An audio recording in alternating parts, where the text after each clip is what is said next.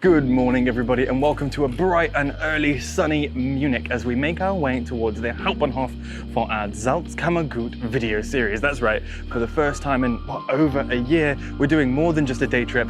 We've got a whole week-long itinerary in the Lake District of Austria, the Salzkammergut. And no trip to that region of Austria could be possibly complete without first hitting up Salzburg, something you're probably far more familiar with from the likes of The Sound of Music and whatnot. Now, I've already been there plenty. It's a fantastic day trip location from Munich, but today we're only going to be doing Ben's greatest hits. So if you're here for The Sound of Music, the Mozart houses, all that stuff, you're not going to be getting it here. Instead, I'm going to be showing you my favorite spots by Salzburg's castle. I mean, can't get enough of those. Then we're going to get a little morbid as me and Camille discuss which is our favorite graveyard in all of Salzburg. Turns out there are many. And then lastly, we're going to be diving down into the rather touristy Altstadt streets, but hey, they just hold up and they're going to be a lot of fun as I show you my favorite cafes. For now though, we need to get on our train because it's only an hour and 45-minute long journey to Salzburg.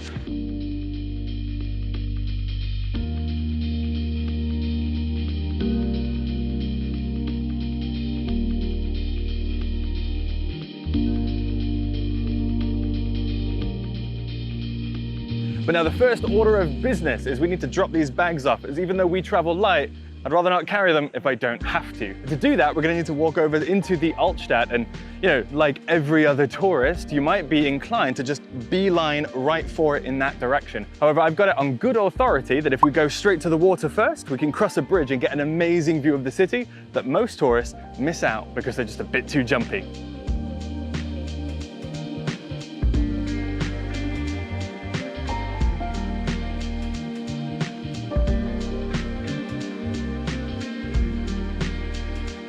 I mean, I'm pretty happy. I think my friend might be onto something. I mean, the walk from the train station over to this lovely bridge and river, it was a bit crap. But I mean, the walks around the Hauptbahnhof, they're always a bit crap. And I'll definitely take ending up near here than ending up just on those main roads any day. It looks fantastic.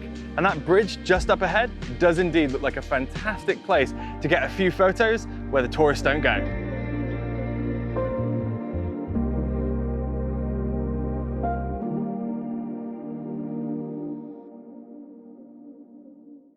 Was my friend on the money or what? Nothing like a bit of structured spontaneity to start the morning, huh? This is a fantastic view of the city and nary a tourist anywhere. For now though, we've got to drop off these bags. They're getting a little annoying and I'm starving. So let's get some breakfast. And I think I know just the place.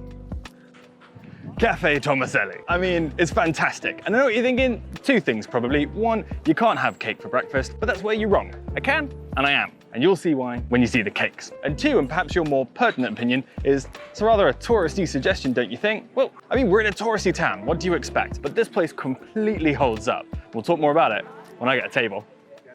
However, sadly, only one of us was able to get a table straight away, and that's because, well, probably worth addressing the elephant in the room, which is the coronavirus. Now, of course, luckily for Camille, she's already vaccinated, so that's super cool. But for me, it's not my turn yet, so I need to just keep taking a bunch of tests. I took one just a day and a half ago, maybe 36 hours, to make sure that I'd be all safe when getting on the train. But apparently to eat at the restaurant, you need one that's even sooner. No big deal though, there are plenty of Schnell test stations throughout the city, so I'm gonna go find one, get tested again, confirm we're all good, and then finally eat some cake. Negative test result. That means we can go and continue our vacation. All right.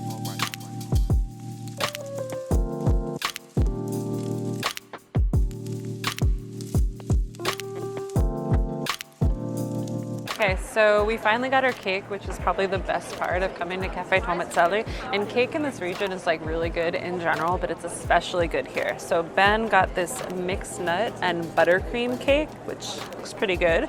And then I got coffee cream cake, which I'm very excited for because they really like went kind of wild on the cream right here. So let's eat.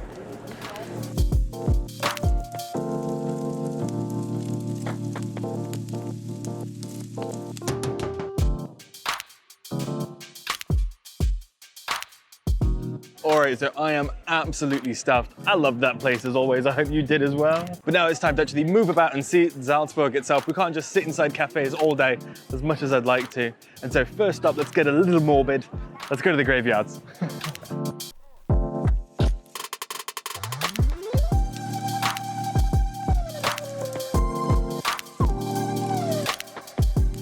All right, so in just a 3.5–4 minute walk, we've gone from the cake shop to St. Peter's Friedhof graveyard. And it's gotta be one of my absolutely favorite spots in Salzburg that I kind of feel like a lot of tourists miss out. I'll put it on the map right now so you don't miss it. And in fact, there are 2 entrances, a north and a west. And I'm gonna recommend you take the west because that view when you walk through the gate of the castle is pretty brilliant.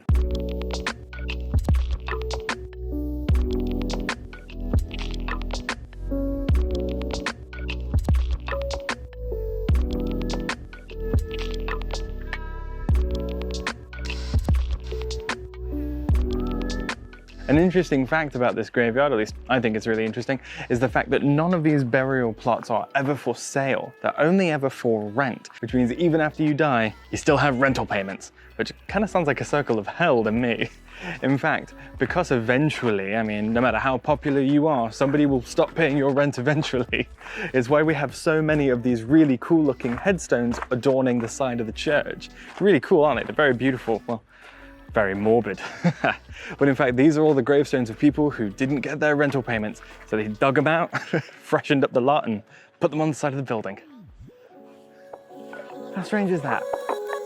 And though I understand your skepticism in me recommending that you visit a graveyard on your happy vacation, I've got to admit it's just a beautiful and peaceful place to be. Not only with all the beautiful decorations, all of the amazing headstones and flowers, but also the fact that it's nestled up right against the rocks behind us that the castle are built on. I mean, it's just really neat. In fact, it's so well built into those rocks that there's actually a crypt going all the way into them. Let's go check that out next. So for €2 per adult, it's probably not the best deal you're gonna find in Salzburg. However, I do think they're pretty quaint, pretty cute, and they offer some just fantastic views of definitely the best graveyard. And so all of those reasons together are why I think this is an absolutely fantastic pit stop in your trip to Salzburg and why it's my favorite graveyard. Don't you think so? Not to be weird, but it's not my favorite graveyard in Salzburg. But we're gonna see that soon. Very much so. I guess we'll go check out your favorite graveyard later. Guess we're doing a graveyard ranking. Now for the castle. Finally excited to actually get up there. And there are kind of 2 ways to do it. You could take the funiculare behind me. However, I mean, considering the amount of indulgences I keep partaking in, I should probably walk it. So let's get going.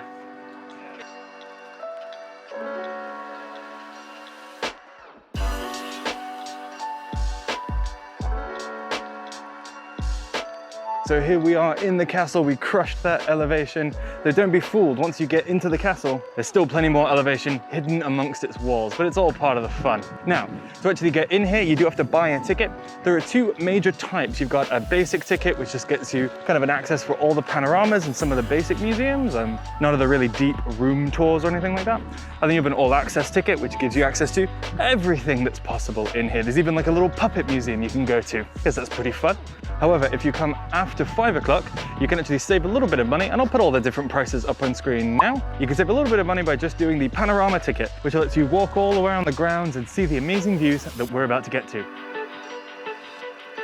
Now, it's no secret that I love a good castle ruin on this channel. However, there's plenty of room in my heart for all castles, including these little living history museum style ones as well. It's pretty cool, not just having to imagine all of the buildings and how people might live in them, but to really be able to walk around and see them for yourself. And not to mention, this castle has 2 restaurants going for it, and one of them has a fantastic view and is a great place to get a beer.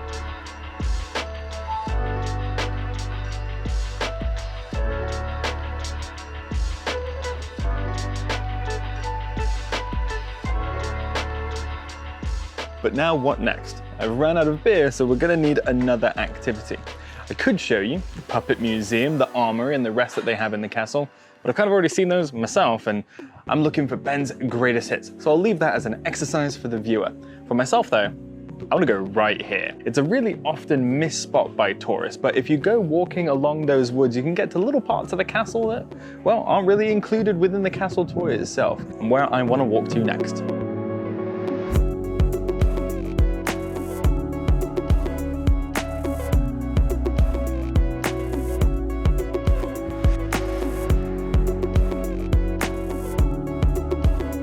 Okay, so the weather isn't exactly cooperating with us right now. We've gone on our little walk over to the awesome picnic area, but it's not a fun place to hang out in the rain, so I think we'll just keep walking back, and it's good to stretch my legs. Overall, the area is fantastic and you should really check it out. I mean, there's a little rock climbing wall, lots of locals hang out, it's just got a really good vibe to it. And overall, my favorite thing to do with big castles like what we've seen today, just walk around them, bask in their ambiance. And this gives you just yet another perspective to do that. So I'd highly recommend it. So for now, let's get back into town because we've actually been skipping it all day. Walked all the way around the town, but not through and in it and really enjoyed that. So let's get that done, huh?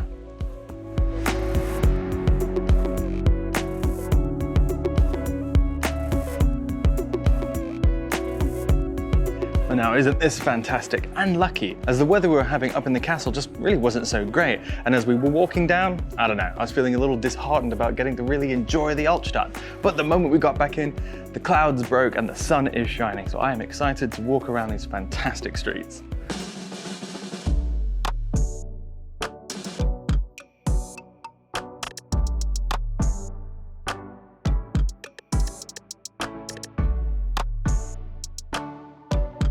So it's no secret that Salzburg is famous for the sound of music, these beautiful streets that we've been walking around, but it's also famous for Mozart's Geburtshaus, his birth house, if you will. And I gotta say, it's pretty cool. They've converted it into a lovely little museum. I've been to it before with Camille. She's actually a classically trained violist, so she got a ton out of it.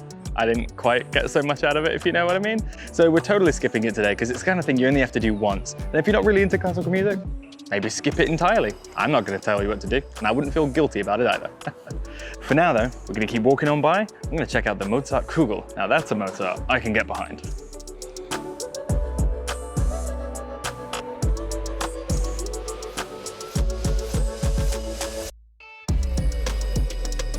Now, as if today hasn't been indulgent enough, it's about time we finally address the Kugel in the room, the golden Kugel, the Mozart Kugel. Why on earth are there so many different little chocolate balls all throughout Salzburg? And though honestly, I haven't read the Wikipedia page on why they're here or why they're marketing them after Mozart. What I do know is that no matter what cafe you go to, you're going to be able to find these little, almost Lindor truffle-esque chocolate balls filled with a bit of marzipan and a bit of pistachio, and they're absolutely fantastic.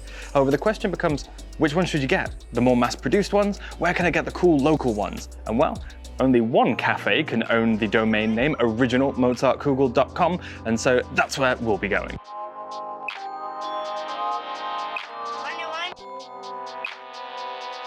So the building behind me, though historic as they all are, is actually incredibly fascinating because all the way back in 1890, a man called Paul Fürst, I'm sure I did his last name right, after traveling all over Europe, came back to his hometown of Salzburg to create a new confection that he could call his own. And that is where the Mozart Kugel was born. And he also gave it the name Mozart because it's a Salzburg treat, so it needs a good Salzburg name. And ever since then, this cafe has been serving them, which is really, really cool. And apparently it's still even owned by the family. Now, as to why there are so many all over, Mr. Paul forgot to make a patent, and so kind of had his recipe ripped off.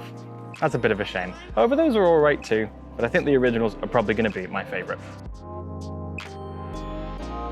Those are really enjoyable. I like them a lot. And I gotta say, far better, I mean, surprise, surprise, than the industrial ones, the Mozart brand ones that you get at all the different train stations and tourist shops. The ones at Cafe Tomaselli, it really holds up. And I mean, that's my review for Salzburg at the end of the day, right? Touristy, but I love it. However, I think we have overindulged at this point. We've got to go on another walk. I don't know if we'll ever be able to walk all this off.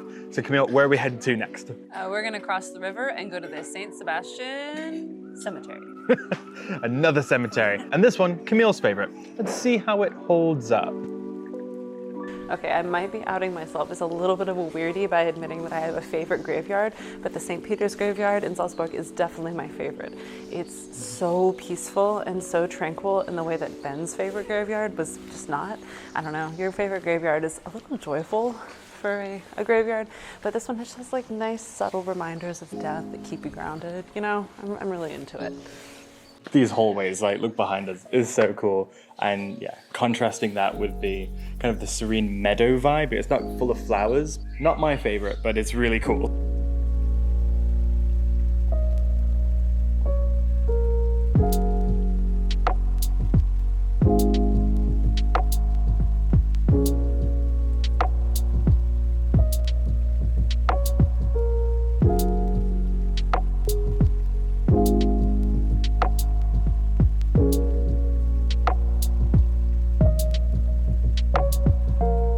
Okay, you haven't convinced me that this is the best, but I gotta admit, this is a lovely little serene and peaceful stop away from the hustle and bustle that is touristy Salzburg.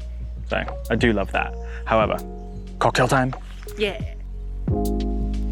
And cocktail time indeed it will be as we head to our last stop, Darwin. An absolutely fabulous little cocktail bar I found a few trips back that has become a must revisit for me every time I come to Salzburg. With a creative drinks menu, chill ambiance, and the coolest coasters I've ever seen, you should definitely check it out for yourself. Though forgive me for not getting to film too much inside. Between all the noise and the copyrighted music, I'm sure you completely understand. A funny story though about the last time I was here is that I took my brother. Problem though is that he's 10 years younger than me, so he's only about 18 or so, and has grown up entirely in the USA with their incredibly high drinking age. So he's never legally drank before. He's never drank before, and I had completely forgotten that. Telling him to just go up to the bar, get whatever you like, it's all good, paying him no mind as I settled down at my table. Like a trooper, he went up there, but he quickly came back to remind me that he couldn't understand any of the drinks. Between the German ingredients and the brands of alcohol he doesn't know, he couldn't make heads or tails of it. So like a good brother, I went and ordered for him, giving him his first legal drink, and I got a good laugh out of it as well.